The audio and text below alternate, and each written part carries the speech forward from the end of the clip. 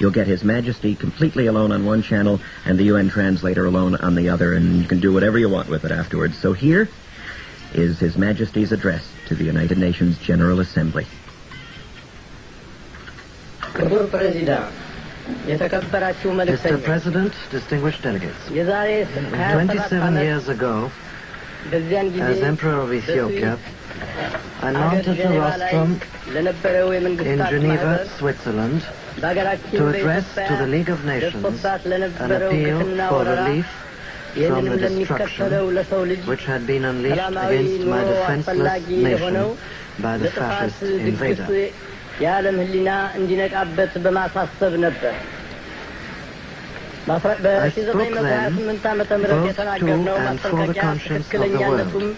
My words went unheeded, but history testifies to the accuracy of the warning that I gave in 1936. Today, I stand before the World Organization which has succeeded to the mantle discarded by its discredited predecessor. In this body is enshrined the principle of collective security, which is unsuccessfully invoked at Geneva. Here in this assembly reposes the best, perhaps the last hope for the peaceful survival of mankind. In 1936, I declared that it wasn't the covenant of the League that was at stake, but international morality. Undertakings, I said then, are of little worth if the will to keep them is lacking. The Charter of the United Nations expresses the noblest aspirations of man. The application of force in the settlement of disputes between states. The assurance of human rights and fundamental freedoms for all, without distinction as to race, sex, language, or religion. The safeguarding of international peace and security. But these two, as were the phrases of the covenant, are only words. Their value depends wholly on our will to observe and honor them and give them content and meaning. The preservation of peace and the guaranteeing of man's basic freedoms and rights require courage and eternal vigilance. Courage to speak and act, and, if necessary, to suffer and die for truth and justice. Eternal vigilance that the least transgression of international morality shall not go undetected and unremedied. These lessons must be learned anew by each succeeding generation. And that generation is fortunate indeed, which learns from other than its own bitter experience. This organization and each of its members bear a crushing and awesome responsibility to absorb the wisdom of history and to apply it to the problems of the present in order that future generations may be born and live and die in peace. Should we fail to achieve this goal, we shall have condemned the coming generations to inherit the tragedy of our time. በማስታወቅ መጪው ትውልድ በሰላም ለመኖር እንዲችል ለማድረግ ታላቅና ከባድ ኃላፊነት አለበት። ከውቀትና ከተነገረ በኋላ እንዳይሰራበት ቢስተናከል መጪው ትውልድ መከራ ውስጥ እንዲገባ እንደፈረድንበት ይቆጠራል። I have lived too long to cherish many illusions በሕይወታችን ዘመን ብዙ ችግሮችና ፈተናዎች ያሳለፍን በመሆናችን of men when brought into stark confrontation with the issue of control over their security and their property interests. Not even now, when so much is at stake, would many nations willingly entrust their destinies to other hands. Yet, this is the ultimatum presented to us. Secure the conditions whereby men will entrust their security to a larger entity or risk ጸጥታችንና ሰላማዊ ኑሯችን persuade men በዚህ ታላቅ that their salvation ሊጠበቅልን rests የሚችልበትን ሁኔታ with ማስገኘትና the subordination ለመላው ዓለም of የሰው ልጅ national ደህንነት and local interests ሲባል to the ለግልና interests ለብሔራዊ of ጥቅም ብቻ mankind መገዛትን ማስወገድ ነው። or endanger man's ይህም future. ግብ These ሲደርስበት are the ድረስ ፍጹም objectives, ሰላም የማያገኝና yesterday የሰው ልጅም unattainable, የወደፊት ኑሮ አስጊ today በሆነ essential, ሁኔታ ላይ which ያለ መሆኑን we must መረዳት labor አለብን። to achieve. Until this is accomplished, የዓለም ጸጥታ mankind's አዋኪና future ለሰላም ጉዳይ remains መሰናክል hazardous, የሆኑትን ሁሉ and permanent አይነተኛ peace ችግሮች a matter for እዚህ ላይ speculation. ልንጠቅሳቸው እንፈቅዳለን። I would now like to mention briefly እነዚህም today two የጦር particular issues: መሳሪያዎች ቅነሳና በሰዎች መካከል disarmament የእኩልነት መብት and እንዲኖር ማድረግ the ናቸው። establishment of true በአሁኑ equality ጊዜያችን among men. ለዓለም ዋናው አስቸኳይና Disarmament አስገዳጅ has ጉዳይ become የጦር the መሳሪያዎች urgent ቅነሳ ነው። imperative of our time. የጦር I do መሳሪያዎችን not say መቀነስ this ወይም because የኒውክሌር I መሳሪያዎችን ሁሉ that the ማጥፋት absence of arms ወዲያውኑ ሰላምን is tantamount to የሚመሰርትና peace, በመንግስታት መካከልም የሚኖረውን because ማናቸውንም I believe ሀሳብነትና ክርክር that ወዲያውኑ የሚያስወግድ bringing an end ይሆናል በማለት to the ሳይሆን nuclear arms race ዛሬ በሰው እጅ automatically የሚገኘው guarantees የጥፋት the ኃይል peace, የቱን ያህል እንደሆነ ሲገመት because የጦር the መሳሪያዎችን elimination ከማጥፋት of የበለጠ nuclear ለዓለም warheads ሌላ from the አስቸኳይና arsenals አስገዳይ of the ጉዳይ world አለበት ለማለት will bring in its wake that change in attitude መሳሪያ ከድንጋይ required ጊዜ for ጀምሮ peaceful ለሰው settlement of ዘር disputes ለሰው between ዘር nations. መፍትያ ሆኖ ቆይቷል። Disarmament አጣርቶም is vital today ለመሰብሰብና of ለመጠበቂያ the አስፈላጊውን immense ለማደራጀት destructive ጊዜ capacity ቢወስድም መመስረቱ men የሰውን ልጅ ሕሊና now possess. ያሳርፋል።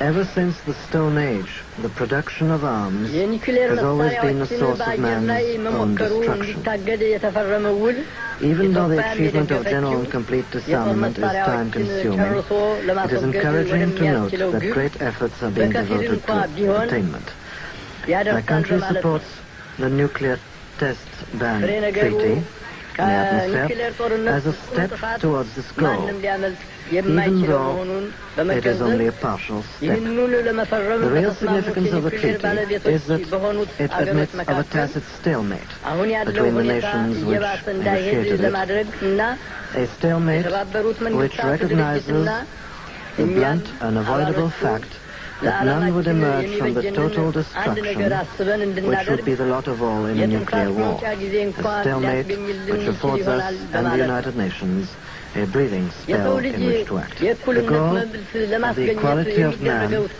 ትግል we seek is the በታሪክ very ገጾች antithesis ተጽፈው of the እንደሚገኙት exploitation of one በተለይ people by another, about በአፍሪካና which the pages of በእስያ history, አህጉሮች ላይ and ባለፉት particularly ብዙ ዓመታት those ደርሶ የነበረውን written ግፍ about the African and Asian ለሚደረግ continents, ጥረት ነው። speak at such length. ባለፈው ግንቦት Last ላይ May in Addis ላይ Ababa, there በዋና was convened a ከተማችን meeting of በአዲስ heads of አበባ African states and የአፍሪካ governments. መንግስታት 3 መሪዎች days, the ከፍ 32 ያለ nations ጉባኤ አድርገው እንደነበረ presented at that ይታወቃል። conference demonstrated to በሶስት the ቀናት world የስብሰባ ጊዜ that ውስጥ when the will and the የ32 determination መንግስታት exist, መሪዎች nations and peoples of various backgrounds can በፈጸሙት and will ተግባር work መልካም together in ፈቃድና unity ቆራጥነት to the ካለ achievement of common goals and ልዩ the ልዩ assurance of ባህልና that እምነት equality and brotherhood አስተዳደርም which we ያላቸው desire. ህዝቦችም ሆኑ መንግስታት Although our የጋራ position ጥቅም ከሚያስገኘው vis-à-vis ግብ the power blocks ለመድረስና is identified with the policy ሁላችንም of የምንመኘውን non-alignment, እኩልነትና our past ወንድማማችነት history testifies to the ለማስገኘት that we've always endeavored to cooperate አሳይቷል። with all nations without exception. እንዲሁም የዘር ልዩነት Thus, በሚመለከት one ረገድ of the fundamental አንዱ ዘር principles ከሌላው we ዘር have agreed upon ይበልጣል at the Addis Ababa ይሻላል Summit Conference የሚባለው gives እምነት expression ዋጋ እንዲያጣ to ሆኖ our fundamental ካልተወገደ desire በአንድ to ሀገር live in ውስጥ harmony አንደኛና and ሁለተኛ ደረጃ cooperation ዜግነት with all ካልተሰረዘ On the question አንድ ሰው of በቆዳው racial ቀለም ብቻ discrimination, the Addis Ababa የመብቱ Conference መጓደል taught ካልቀረ to those who will learn ለሁሉም this ሰው further የዘር lesson ልዩነት that until the ሳይታሰብ philosophy which holds one race እኩል superior and another የኢኮኖሚክና inferior is finally ተመሳሳይ and ሰብአዊ permanently መብት discredited ካልተሰጠው and abandoned, እነዚህ until there are no ከዚህ longer በላይ first-class and የተዘረዘሩት second-class ሁሉ citizens of any እስከተፈጸመበት ቀን nature, ድረስ ሁላችንም until the የምንደክምለትና color of a man's የምንመኘው skin የዓለም is of no more significance than the color of his eyes, that until the basic human rights are equally guaranteed to all without regard to race, that until that day the dream of lasting የምናደርገው peace, ሙከራ ሁሉ and world citizenship and the rule of international morality will remain but a fleeting illusion to be pursued but never attained. And until the ignoble and unhappy regimes that hold our brothers in Angola, in Mozambique and in South Africa in subhuman bondage have been toppled and destroyed, until bigotry and prejudice, malicious and inhuman self-interest have been replaced by understanding and tolerance and goodwill, until all Africans stand up and speak as free human beings, equal in the eyes of all men, as they are in the eyes of heaven, until that day, the African continent will not know peace. We Africans will fight if necessary, and we know that we shall win as we are confident in the victory of good over evil. The basis of racial discrimination and colonialism has been economic, and it is with economic weapons that these evils have been and can be overcome.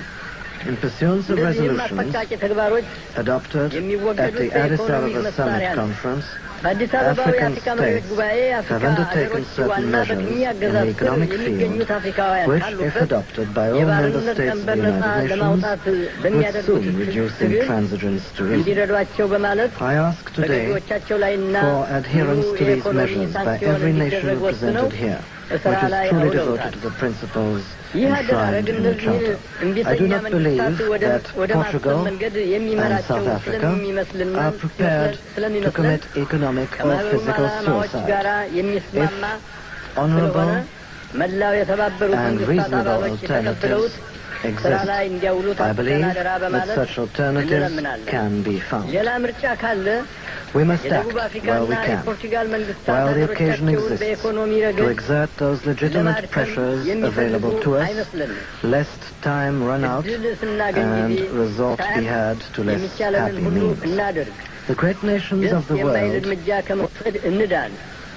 would do well to remember that in the modern age, even their own fate is not wholly in their hands.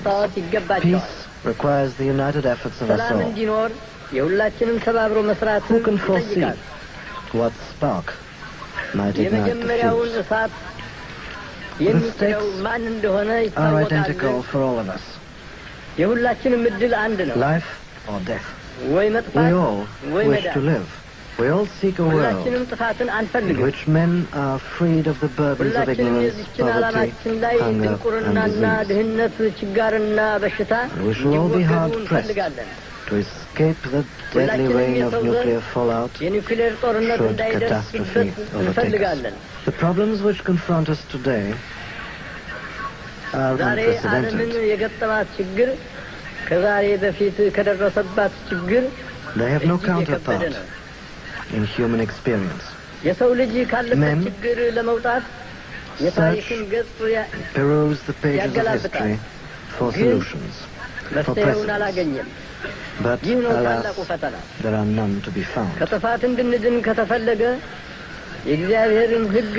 then, is the ultimate challenge. Where are we to look for our survival? For answers to questions which have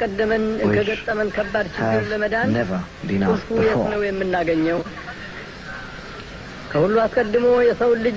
We must look first to the Almighty God, who has raised man above the animals and endowed him with intelligence and reason. We must put our faith in him, that he will not desert us or permit us to destroy mankind which he created in his image. And we must look to ourselves, into the depths of our souls. We must become something we've never been, and for which our education and experience and environment have ill prepared us. We must become bigger than we have ever been, more courageous, greater in spirit, ampler in outlook. We must become members of a new race, overcoming petty prejudice, owing our ultimate allegiance not to nations, but to our fellow men within the human community. The voice of His Imperial Majesty speaking in October of 1963 to the United Nations General Assembly in New York.